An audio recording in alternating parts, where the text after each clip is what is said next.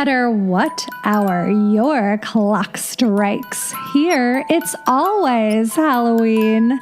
And I'm always your haunted host, Luce Tomlin Brenner. Welcome to Small Frights Friday. On these more laid-back episodes, I like to share a curated selection of calls from the All Hallows Hotline and letters from the EEEEK mailbag. This week, our ghostly cup runneth over. We have so much to share, so let's hop right in to our first EEEEKmail. This one has the subject line, Witches. I'm very excited for the new series on witches. Such a fun topic with so much history. The first thing I thought of was the newish streaming show, The Owl House. It's one of the more recent pieces of modern culture about witches. Have you seen it? I really enjoyed it. The second thing that came to mind is the witches of Greek mythology, Hecate, Circe, Medea, etc. Do you think you'll cover them in the new series?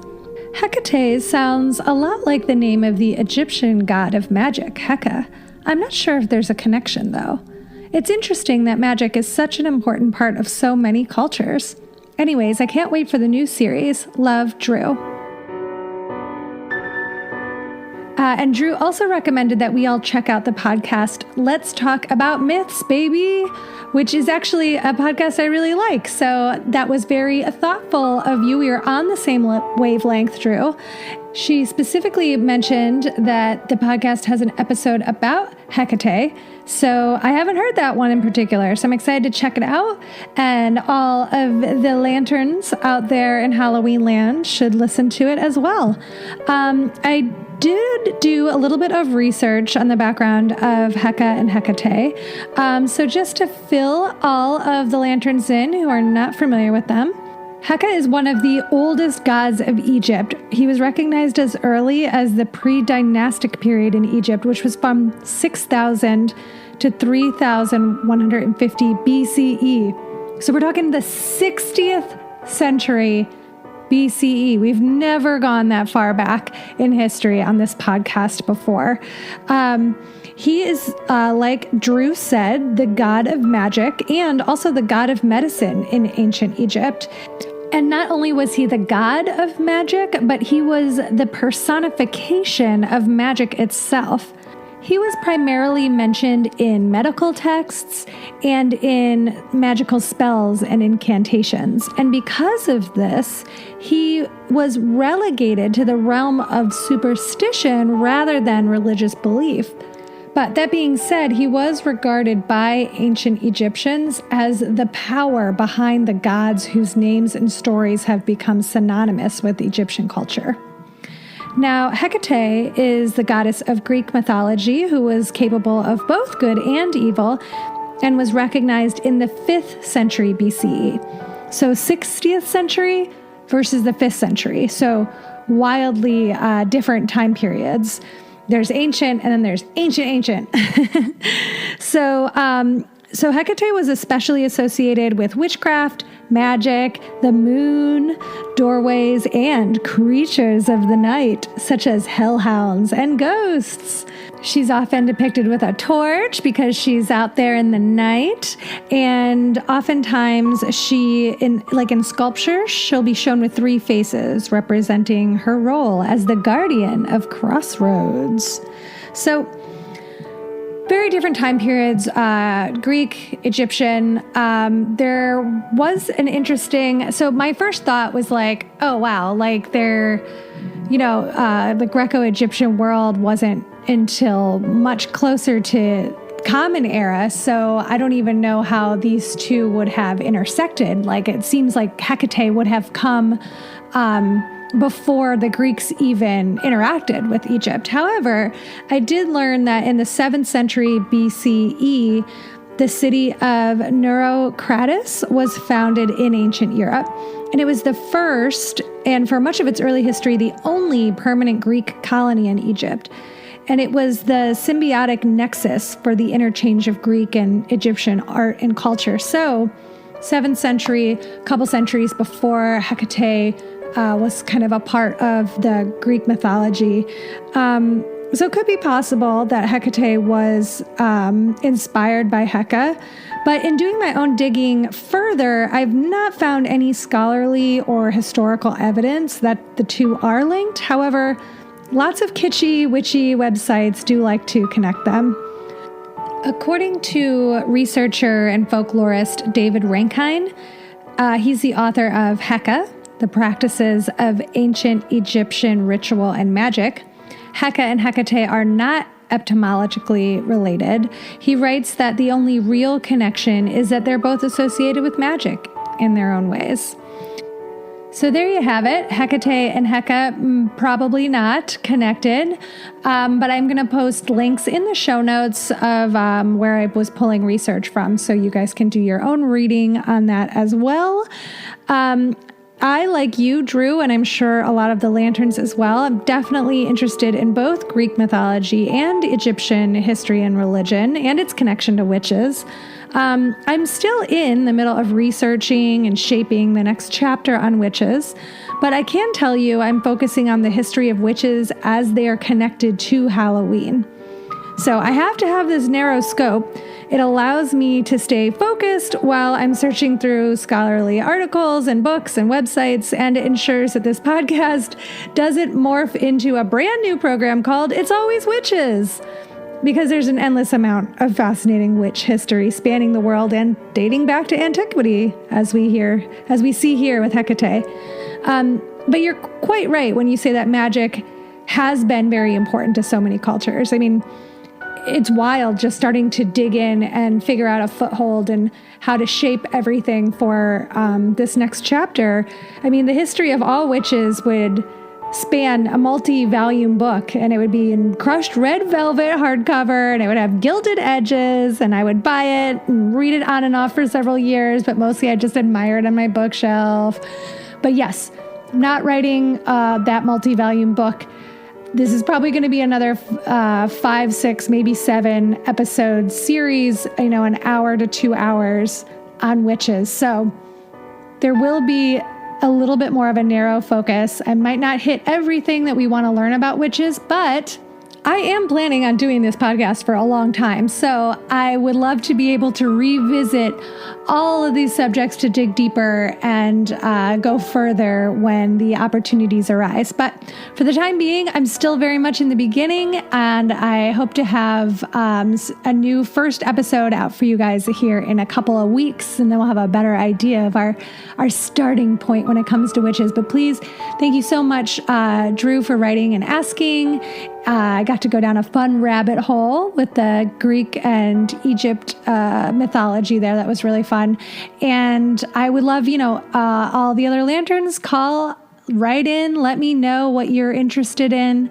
At the end of the day, I want to entertain you guys. And if every single one of you is like, no, we absolutely go hard on Hecate, then so may it be. And then finally, I was not familiar with Owl House until I read your EEEEKmail. It's now streaming on Disney+, so it is accessible. According to Wikipedia, it sounds adorable. The premise is Luz Noceda is a teenage human girl who accidentally stumbles upon a portal to another world instead of going to a juvenile detention summer camp. I'm terrified of stumbling onto a portal into another world, so this really speaks to me. I'm convinced there's a portal to another world in the back of my storage crawl space, and I can't ever use it if I'm home alone in the house, because that's when the Coraline door opens, and then buttons are sewn into my eyes, and it gets crazy real quick. So I'm all here for fictional portals, not real portals. I will have to check this out on Disney+. Thank you so much for the fantastic recommendations and the interesting witchy ideas, Drew. I'm glad you're excited for the new chapter, as I am too. And again, all of the links relevant to Drew's EEEEKmail will be in the show notes, so check those out if you're interested. And now let's take a call from the All Hallows Hotline.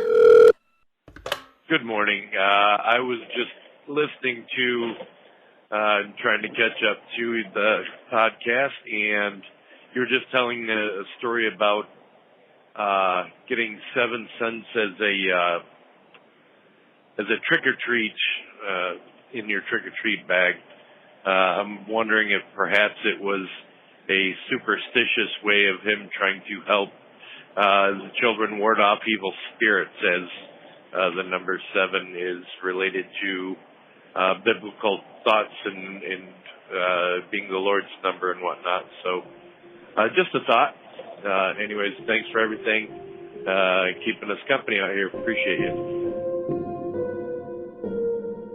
Lucky number 7. Of course, caller, you are so very smart. I can't believe I didn't think of that when I was relaying that anecdote about getting 7 cents from my neighbor every year I went trick-or-treating.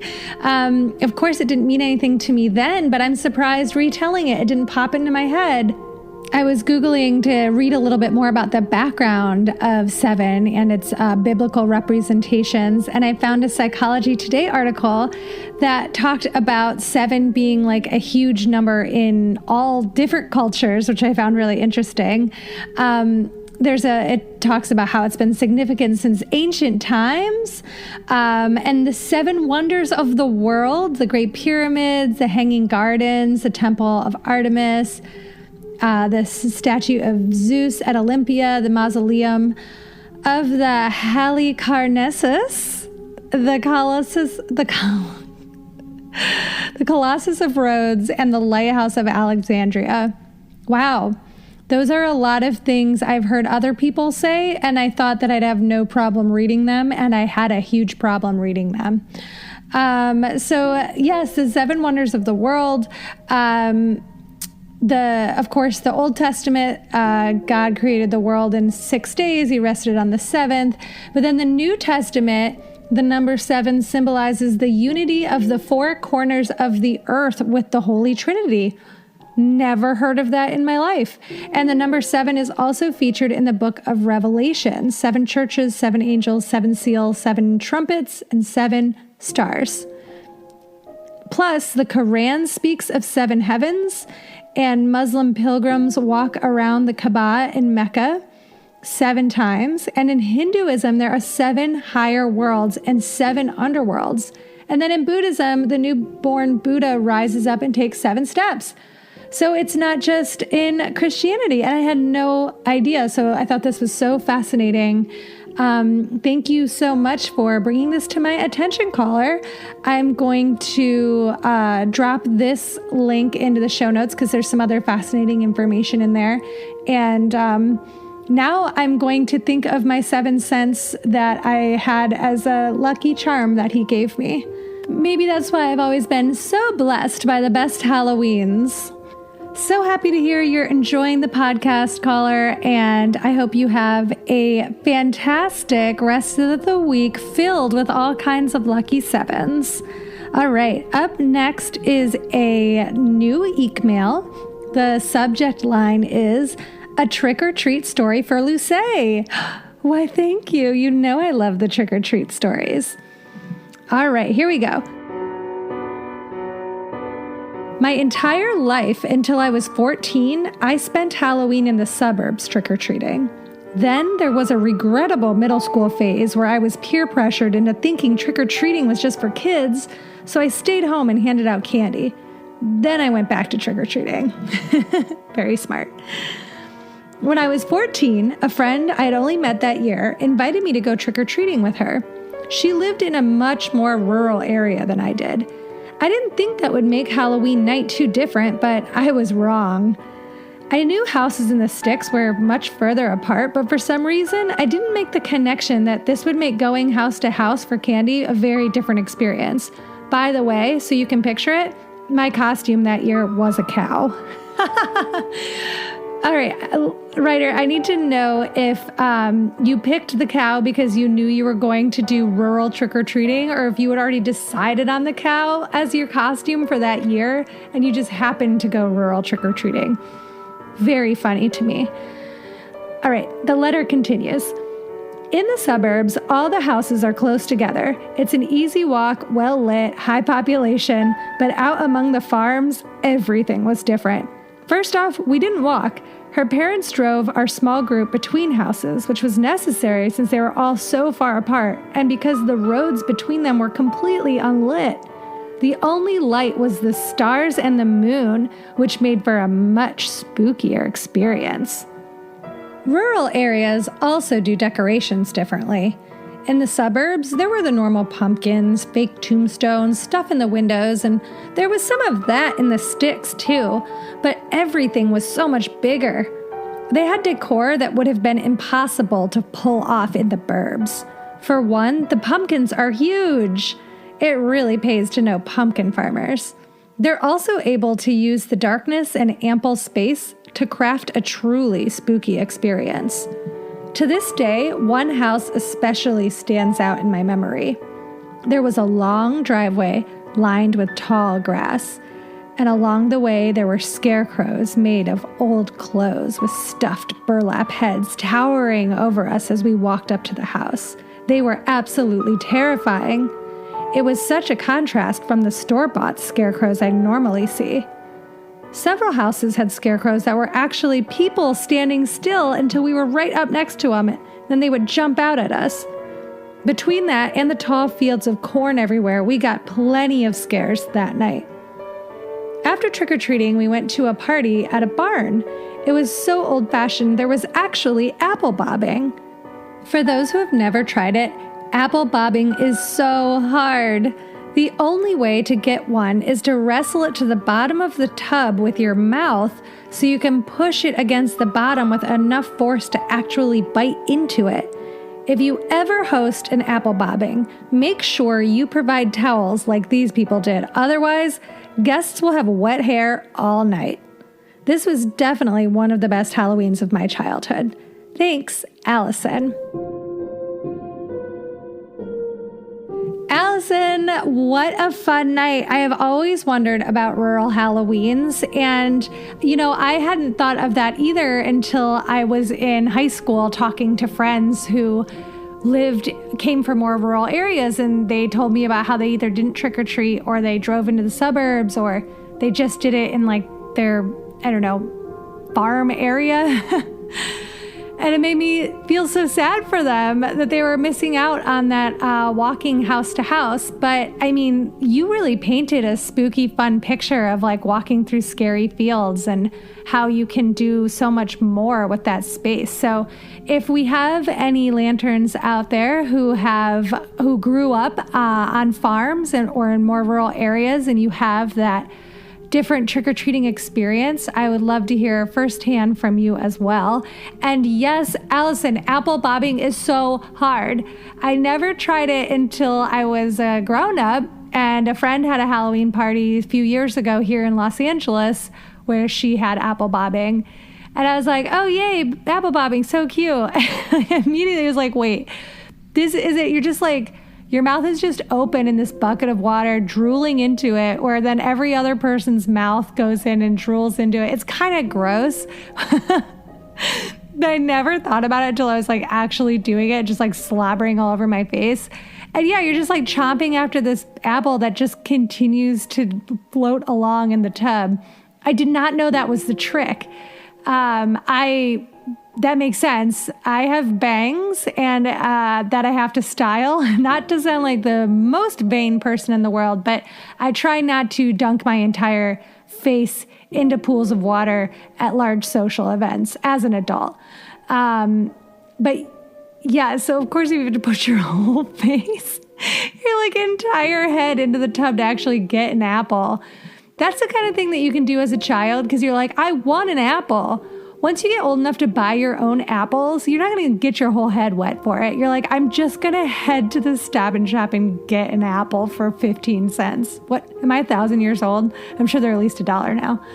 My 15-cent apple. Anyways, thank you so much for sharing this incredibly sweet, memorable, and cute Halloween experience with us, Allison. I would love to hear. Please clear up. Were you the cow before you knew you were trick-or-treating in the farm area or after? Very curious because it's a super funny coincidence to me. Also, I just love when kids pick cute costumes instead of scary costumes. One of my best friends growing up was a tree one year. Just a general tree. So sweet, so pure. All right, let's open up the next EEK mail. This one is a horror novel recommendation. Hi, Luce. Since you asked for books your Luceo lanterns have enjoyed, I would like to recommend The Scabbed Wings of Abandon by Sean Kennedy. It's a rather short read for a novel, so I hope you can check it out. Without spoiling anything beyond the inciting incident, it's about a woman exploring the afterlife, finding out it's nothing like what her upbringing had prepared her for. When I first read this book, it was so scary I couldn't finish it. I got the shivers a few times, and as it kept getting scarier, I was jumping at sounds, feeling like I wasn't alone in my own bedroom. I put the book down on my nightstand, but still felt creeped out, so I put it in a drawer to feel better. I had nightmares about the things that I had read. Being a believer in the old adage, the only way out is through, I picked it up again and finished the book. Thankfully, that put an end to the nightmares. I hope my experience doesn't scare you away from the book. I like being scared, and as I said, finishing the book did make everything better. Thanks, Mary. Ooh, Mary, this is a very tantalizing pick. Thank you so much. I'd never heard of this book. I had some trouble tracking it down. It seems like Sean Kennedy is kind of a underground small batch writer. So it has like a very like bare bones sort of cover to it, which I think makes it seem even creepier. And your letter just made me think of the episode of Friends where Jennifer Aniston, Rachel, and Joey trade books. He wants her to read The Shining and she wants him to read Little Women. And he talks about how The Shining is so scary that he has to put it in the freezer. That has become shorthand with my mother and I for talking about a really scary book. How scary is it? Do you have to put it in the freezer? So I thought it was hilarious that you said you had to put it in the drawer. I thought that had very Joey Tribbiani energy to it. If you haven't seen Friends, listen. That's fine. I am excited about this. Thank you so much. I'd love to hear if anybody else has read it. And I love that you pick something that feels really obscure. So I'll put a link to where you can get that book in the show notes. And let's hop into our next EEK mail. This one has the subject line, loving the podcast. Oh, positive start. Fantastic. Dear Luce, I came across It's Always Halloween during my research for Halloween information for myself, and I must say how helpful it's been. Aw, yay! I've been catching up daily as I walk my dog. It's been very rainy and foggy here the last couple weeks, so atmospheric. The reason I've been researching is this. I live in Australia, one of the few countries in the world that doesn't seem to celebrate Halloween or any sort of celebration or memorial festival for the deceased. Wow. Australia has a real love-hate, mostly hate, relationship with Halloween. A few Gen Xers and millennials love to get into the spooky spirit on October 31st, as we grew up with American television and culture more so than our parents' generation. However, I've found that most Aussies resist Halloween because it's American. Eye roll, that doesn't stop them from loving McDonald's. In my experience, I've found Australians as a whole are really adverse to the spooky side of life, and I don't understand why. I know the seasons are the other way around here in the Southern Hemisphere. We celebrate Samhain in March and April, and then Beltane on October 31st. However, Australians, at least the ones I've met, seem oddly adverse to anything dark or death-related. I've searched the internet and tried to find answers, but I've never really gotten any. I live in a village of around 250 people, and I always buy candy and hope that trick-or-treaters may come.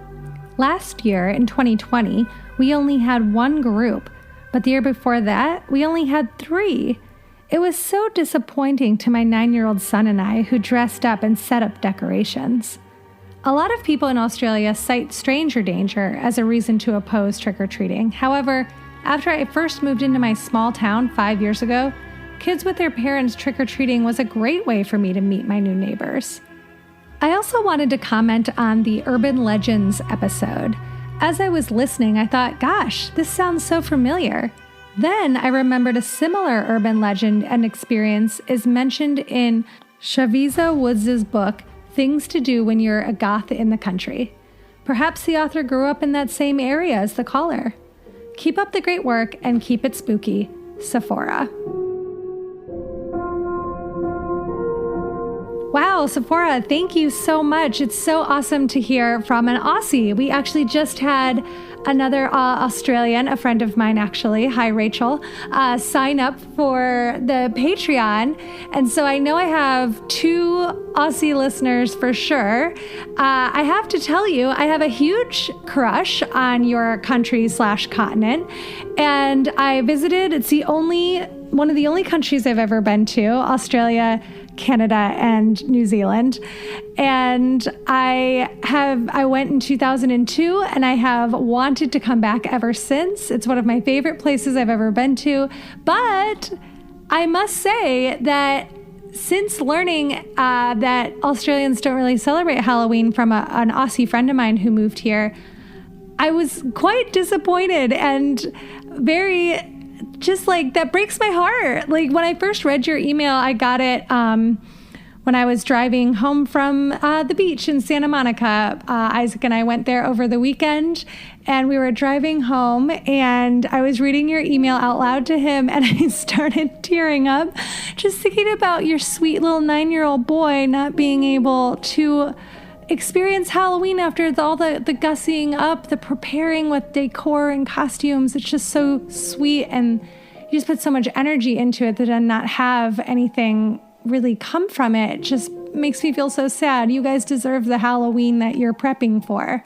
I also think it's fascinating that you've noticed in general that Aussies shy away from the darker aspects of life and culture. And I'm really interested to hear if you turn up any more info in your research, and I'll keep an eye out as well. There has to be a cultural reason for that. It's not like Australia doesn't have a very dark history, just like every other colonized country. So let's see what we can find together. Maybe we can scrape up some details, some official cultural knowledge on why Aussies are so Halloween adverse. And then thank you so much for this recommendation of this book. I've never heard of it before, Things to Do When You're Goth in the Country. Supposedly it was a big deal, and it just totally flew over my head. I completely missed it. It's a book of short stories. The Penguin Random House website says that it paints a vivid image of people living on the fringes in America, people who don't do what you might expect them to do. Not stories of triumph over adversity, but something completely other. Well, that sounds fascinating. And it says here that she also won the Shirley Jackson Award for Short Fiction. So, that rings my bell too. We're going to have to start a It's Always Halloween book club. We got 2 recommendations this week. We usually get one once a week. I think that I've got to compile them all and keep a running list so that, we can all check in with each other. Maybe that'll be a new feature, a new level on the Patreon. Something fun with a reading club. All right, let's get into another call. This one is all about a really fun pandemic Halloween weekend. Hi, Lucy, our Hallow Queen. It's Marco. I am such a fan of your podcast. I'm obsessed with Halloween. I am a Halloween baby born October 25th, so I have the pleasure of celebrating my birthday during the Halloween season every year. I started listening to this podcast back in September, so every time I listen to it, I'm always taken back to that wonderful time of the year, Halloween. I wanted to share with you and the listeners my past Halloween experience. As we all know, Halloween looked a little different this year with the pandemic. And I was actually kind of happy to hear from other listeners that they kind of could get stressed out and a little overwhelmed with trying to squeeze all things Halloween in the month of October. I am definitely guilty of that. I want to do it all, watch all the Halloween movies, do all the Halloween activities. And this year, with the pandemic, obviously that looked a little different. So I was able to really roll back and appreciate the Halloween season without being so stressed since a lot of things were closed, and being able to do everything from home as far as celebrating. And I decided to get away for Halloween, and we went to wine country up in Texas. I went with my boyfriend, my dog, and my close couple of friends that we had quarantined with. And we rented a house up in Fredericksburg, and we stayed in, away from everyone, under the full moon. We made chili for dinner, which I got the idea from listeners because everyone had said that they loved making chili on Halloween. It was perfect. We made a pumpkin chili. We drank some pumpkin ale, some spiked cider, had a bonfire in the backyard, which was absolutely perfect. I had the idea of each couple coming up with a carnival game, Halloween themed, of course, and everyone was in charge of a game with a little prize if you won. And so we had a big backyard, and we were able to do little carnival games, listen to some Halloween music, danced under the full moon to the Monster Mash, carved pumpkins, and had a really, really wonderful time. It was really nice to kind of slow back. Normally, I would try and do a big costume party every weekend that Halloween falls on for the past couple of years for my birthday. It was a really nice, intimate setting. It made me really appreciate the wonderful things in life, such as Halloween. And it was an amazing weekend. It was a great getaway. Under a full moon with an extra hour because of daylight savings, with my boyfriend, my dog, my close friends. It was a wonderful time. I love your podcast so much. I did want to suggest a name, Eek Freaks, to kind of tie in with the EEEEKmail. I don't know. What do you guys think? Thanks so much. I love listening every single week, and I will hopefully call back soon. Take care. Well, thank you, Marco. I am such a fan of yours. That was a lovely call, and I think Eek Freaks is hilarious and adorable, so count me in. Who are all my little Eek Freaks out there? Super cute. Let's hear it for the Eek Freaks. I love that you're a Halloween baby because that means that you're a Scorpio just like me. But my birthday's in November, but still, let's hear it for the Scorps. I love that you touched on getting stressed out with Halloween. Isn't it wild that we all love Halloween so much, yet I think each and every one of us gets to a point in the season where we start panicking because we didn't do all of the things. We don't have all the decorations. We didn't get to go to that one haunted house. We didn't make all the food. Oh my God, it's about to be over. Then it's going to be Christmas. And then we ruin the thing that we love so much because we're building this whole idea of FOMO around things. No matter how much we do, it's always like we're focusing on the thing we didn't get to do, which of course is difficult because we love it. So we want to do all of it. But I really like that you got to step back and have what sounds like a wildly fun Halloween weekend with your boyfriend, dog, and close friends. And what a joyous event. Pumpkin chili, spiked cider, a bonfire, also known as a bonefire, carnival games, dancing under the full moon to the Monster Mash. Hello, I want an invitation this year. That sounds perfect.